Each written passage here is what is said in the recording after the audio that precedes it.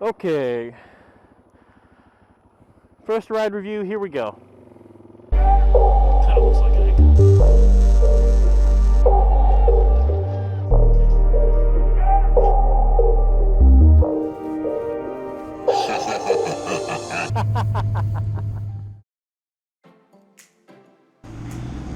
What's up, everybody? Welcome back to Make It and Break It. My name's Andrew, and behind me is our new DR-Z400.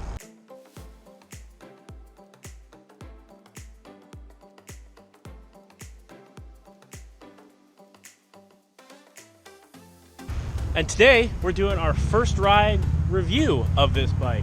I'm gonna admit something. This is not my first ride, nor is it my second ride. It's actually my third ride on this bike. First ride went poorly. You saw that. The second ride was just a 5-minute-ish ride to get it to a place where Mrs. M&B could actually practice her motorcycle skills, because she just got her license and this is the bike she's gonna ride when she goes riding. And the third ride is, well, today. But today we're actually gonna spend a decent amount of seat time, so I thought I'd give you guys my impressions. A little bit of history. I've typically been a sport bike and sport touring rider. So I started on a Yamaha R6, 1999. That's the Project Hypertenere bike that you've seen on this channel. And then when that became just a little bit too uncomfortable for me on longer trips, I picked up a Ducati Street Fighter 1098. That one's a 2010 model. And that thing really is just a great bike. It's just temperamental enough to make you know you're riding an Italian bike without being horrendously temperamental like some of the older Ducatis. But none of those are really good dirt bikes. And even the Hypertenere is probably going to be more of an adventure touring bike. So I wanted a bike that I could take out onto the dirt, tool around town, and one that's not too intimidating for Mrs. M&B to start with. Everyone's always said the DR-Z400 is kind of the way to go. So we're gonna put that to the test today and see what we think after a few hours in the saddle. We're gonna start out our first ride here on this road called Old Belfair. Oh, ooh. We're talking well today. Old Belfair Highway. It's headed out towards the second part of our day, which is dirt. This is going to be a full ride review, including some dirt time. Let's talk about what this bike is supposed to be. This bike is really it's a dual sport in the true sort of nature of dual sports. It is really intended to be kind of an all-around bike. Can do what you're looking for without being, let's call it, overly amazing at anything in particular. This is one of the perennial suggestions for good all-arounder starter bike, and for good reason. So the DR-Z400 is a 400-ish cc single cylinder engine, which is both powerful enough to try and keep you out of trouble and give you a little bit of pep to get out of trouble if you need to. If you get yourself in trouble, you can still twist the throttle without being, so much power that you risk running away or accidentally power wheeling or doing a bunch of other stuff. So it's approachable without being limited, and that's kind of the selling point for this bike versus like a 250. Now the 250s are great. They're wonderful bikes. They're really good dirt bikes, but if you want to do a little bit of highway miles, if you want to, I think my temperature probe fell out again. If you want to do some dirt, and you can even get pretty technical if you upgrade the suspension and do some farkling here, you can do it. But also, it's not so serious of a bike that you can't just go commuting or have a little fun or learn on it. So, bike has a pretty low seat height. I am 6'3", and with riding gear, I definitely tip heavier than 250. So, this bike's suspension is probably a little soft for me personally, but I think it's going to be pretty good for Mrs. M&B. And the seat height is pretty low, relatively speaking. So This bike is not an intimidating step up like some of the bigger 250s. Your 250, 450 dirt bike conversions are typically much taller, and even your sport bikes, your R6s, my Ducati Street Fighter is very tall. All of those have very tall seat heights, which make them kind of intimidating for smaller people to go spend a day on. If you're stopping and starting at stoplights all day, or if you're, anything where you kind of have to have your feet down or feet ready to go down and you're just always tiptoeing, you need one wrong stop or one bad stop and the bike tips over. So it's a very approachable bike, and don't run in front of me. On the street, it's competent and fun without being, it's not a canyon carver. You're never gonna go out and set great lap times on this. You're not gonna go out and put your knee down everywhere. I mean, there's people who do that, and if you supermotoed it out and everything else, this thing would be a pretty fine low power supermoto. But that's not really what it's intended to be, especially in stock form. This bike is supposed to be able to kind of do whatever the rider wants. And in the street, it seems to be pretty good at that. Temperature probe fell out again. I'm gonna have to find a different hole to put that one in. But what's the power like? Well, look, it's a 400cc single. It might make 30 horsepower, 35 maybe. The bike is powerful enough that if you're not ready for it and you open up full throttle, it can slide you back on the seat. The seat is not amazing. This seat has been recovered in leather, but is otherwise essentially a pretty stock seat, and it's got all the dirt bike seat problems. It's narrow, it's uncomfortable, it's more comfortable than my R6, probably on the same level as my old school Street Fighter. So not new school Street Fighter seats, old school Street Fighter seats. It's fine enough. You could do a longer trip on this bike if you wanted to. It's capable of doing a 1,000-mile trip if you want to run it. It'll struggle a little bit at highway speeds. It doesn't like to cruise much past 70 or 75, but power is fine in highway. I never felt uncontrolled in the highway, so that's pretty nice.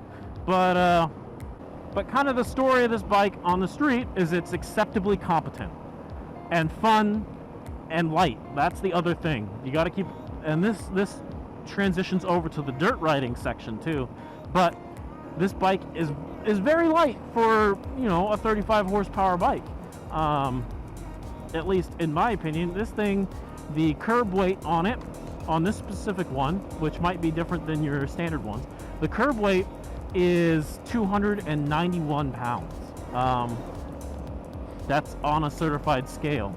So, I mean, you're looking at a sub 300 pound bike, 35 horsepower, acceptable suspension, acceptable brakes, which means it's just going to be fun. It's light, it's relatively nimble, there's space to move around. I'm not too cramped, even as tall as I am. This feels like a very spacious, very, very spacious sort of riding cockpit compared to like my old R6 when I was in like dirt biking gear, right? So this is much more spacious. You can stand up, and overall on the street, I like the bike. It's fun without being overly exciting. No, that's not. This bike is a fun bike. It's a great bike that doesn't have a whole lot that can really go wrong with it if you're wired correctly. It's not a bike you're gonna immediately grow out of in 6 months. These bikes are capable, and they can grow with you. They can grow into your riding. If you like riding in the street, not so much on the dirt, Supermoto it out, give it a little bit more horsepower, and you got yourself an awesome, reliable, cheap Supermoto. So really what I'm saying is this bike is great. If you can find it for a price you're willing to pay, and that's harder and harder nowadays because they hold their value very well. They're beloved for a reason, because they're soft and fun, and you can farkle them out to middle of nowhere. You can farkle them out like nobody's business. People keep and hang on to them. So if you can find them for relatively cheap, then grab it. It's a great bike, and it can grow with you into whatever you kind of want it to be. All right, so we are in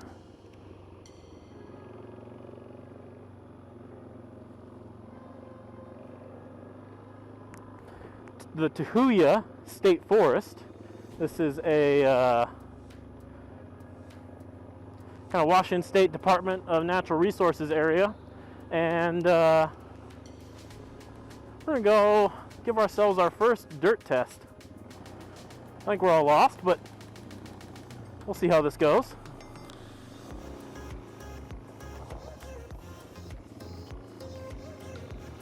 Ooh, exciting.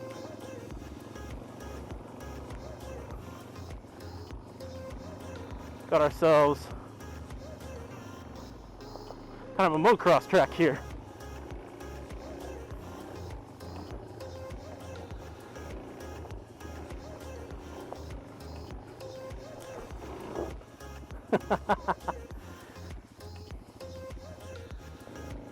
Well, they all rolled that way, so let's go try that out.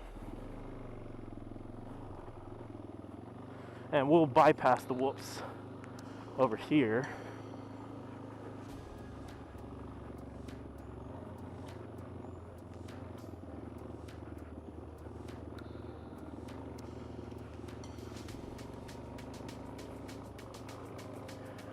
But the stuff that makes this nice on the street also makes it a pretty good dirt bike. It's I think this road is supposed to be closed to us. So hopefully we don't just get destroyed by a logging truck.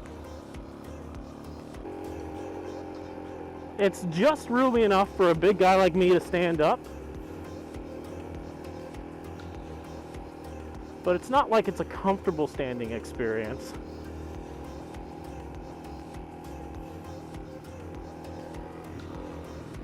The suspension's pretty supple. I'm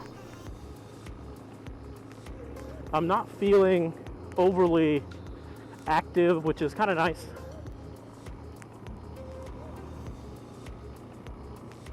That's super creepy.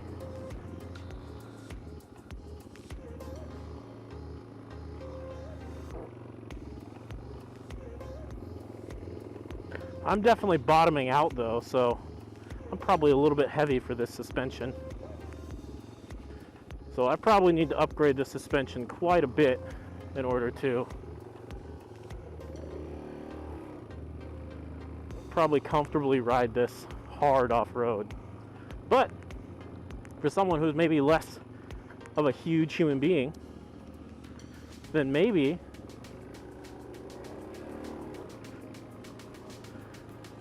this suspension would be just fine.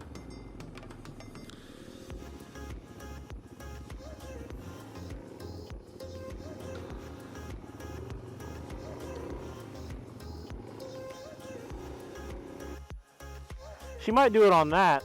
I don't have the tires to probably steer up there.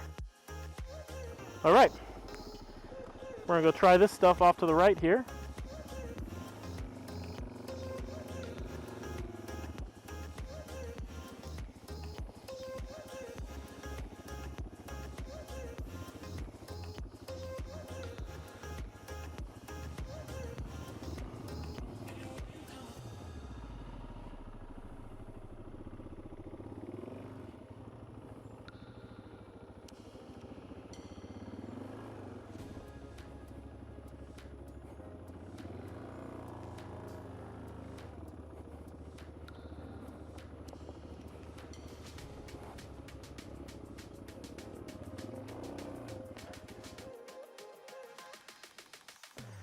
Looks like it's pretty nasty that way.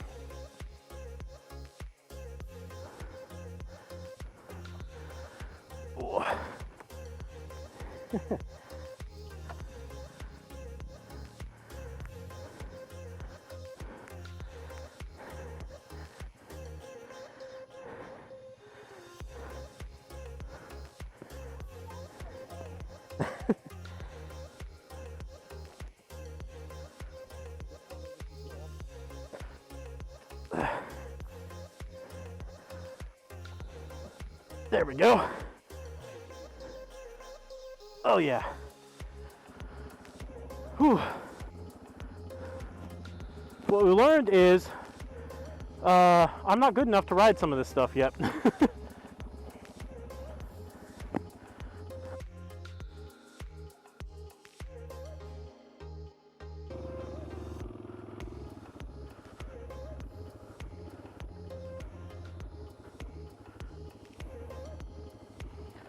All right.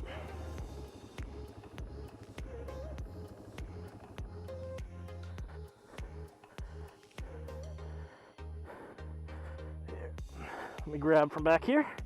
Ready? 1, 2, 3. Got the brake. Grab the front brake. And then just walk it down the hill. Is it in neutral? Or yeah, you can just clutch it and brake and walk it down the hill. And that'll get you to a place that's better to get on.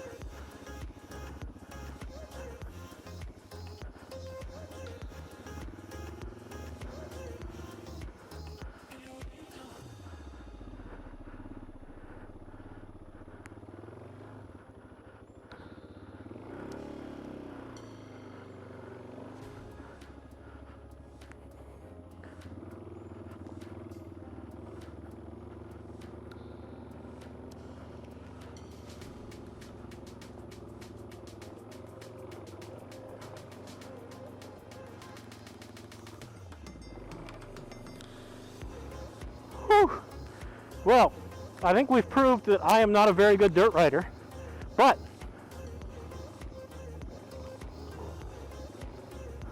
also we need much stiffer suspension on this thing.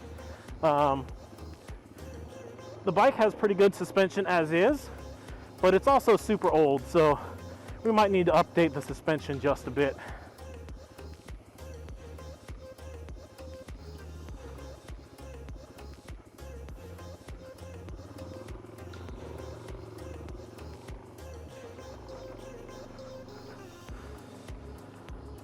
But it's nice and pleasant, certainly an easy fire road even for a beginner.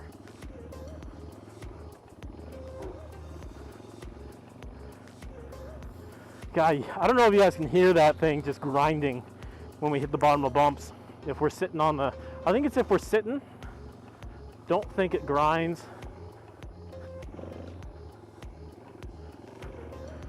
But we definitely need to adjust the controls down. The controls are definitely more of a street bias setup, and I have to like severely bend my arms down in order to get to the controls. So that would be something that I would want to adjust. That and the neutral thing is really annoying out here on the trails. So you're almost always in gear when you stall it. So that needs to fix. Won't be too bad if we stay on like forest roads like this. If we were to go off onto, I think that was a double track. If we were to go off onto the double track again, that would be a very rough time. Some of that I think is the front tire. So the thing to remember about off-road performance and on-road performance, truthfully, is that it's more affected by your tires, especially on a motorcycle, than anything else that you have on the bike, really. If you don't have good enough tires, you can have the best suspension in the world and your bike's still going to be complete garbage. So this bike has a weird enduro style setup of tires. Back tires are Kenda something or other. Basically D606 slash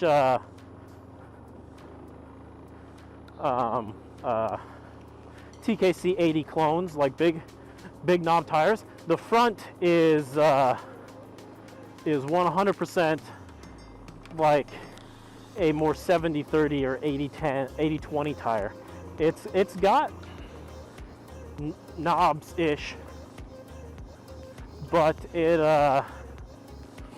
it's not knobby at all. So like coming down that hill, I didn't have much steering control, to be honest. You can mitigate that a little bit, but in truth, to do some off-road riding, this bike really needs a better front tire. The rear tire is fine, but it would need a better front tire.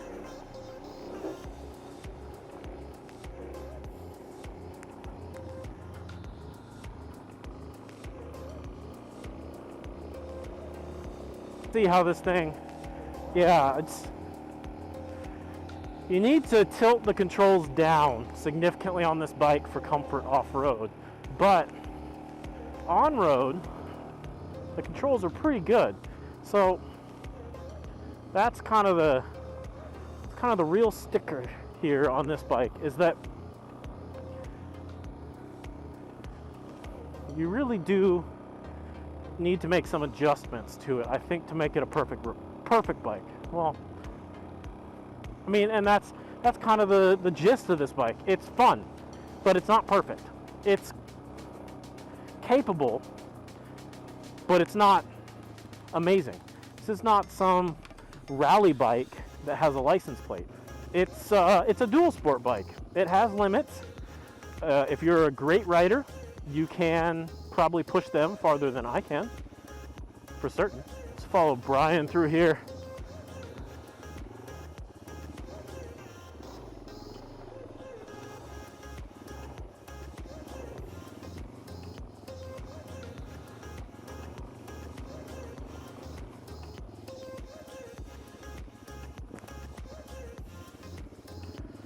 The whoops get me. I don't know how to do them. I've never actually taken a class on how to ride off-road. Probably should do that, but ooh, it looks ambitious.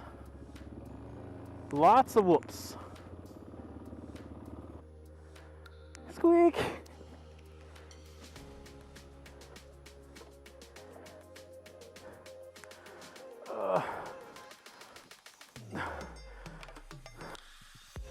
Guess I'll go see if anybody died.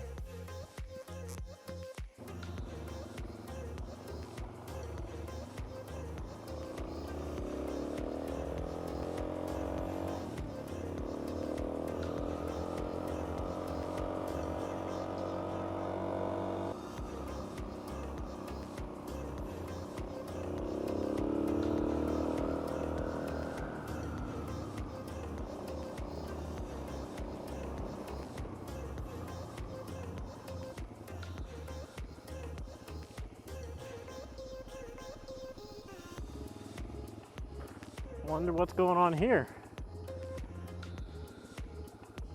Oh, we lost the chain. Holy crap.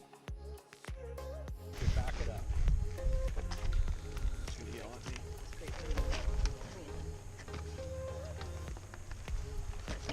Okay, chain's back on. Chain's back on. Yeah, that's And you're gonna That way. Oops. How could that be so loose? Seriously, it wasn't that adjusted that long ago. This chain on this bike, I've had to... Universal. Oh, hey. The universal wrench. the all 16th wrench. I dropped one of those. Oh yeah, Shop 56 is great about that. By the way, this is what happens when 3 engineers work on a bike. 2 of them watch while 1 does something. Well, all right. That was fun. No dual sport ride is complete without some trailside maintenance. TW rider was doing some of these side stuff over here off the main road, and through the chain. The chain's basically done. Chain's super stretched and needs new sprockets now too, but through the chain, and they were behind me, so I didn't notice. But we eventually came back.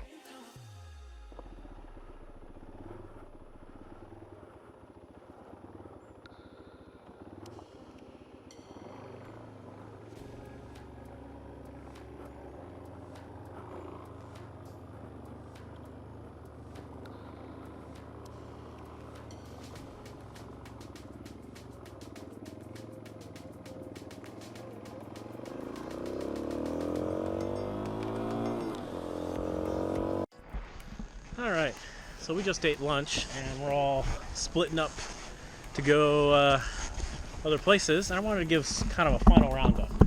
So, DR-Z400, first ride. Bike's cool, bike's fun, bike's competent. It's not a perfect bike, and to be honest, I found some limitations off-road. For me, the rear spring needs to be stiffer for someone of my size, because I kept bottoming out on whoops and things like that. When we just hit the bottom, I would bottom out and hear the frame scrape. And then the tire setup is very suboptimal for the dirt. It's fine for the street. To be honest, it's just suboptimal in total. This would not be the case if you probably bought a different one.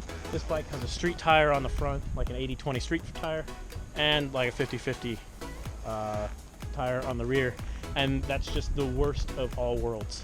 You have a bike that can't steer off-road and can't put power down on-road, or doesn't do it as good as everything else would if you had like a true square setup, 50/50s on both, or street tires on both. So, but honestly, the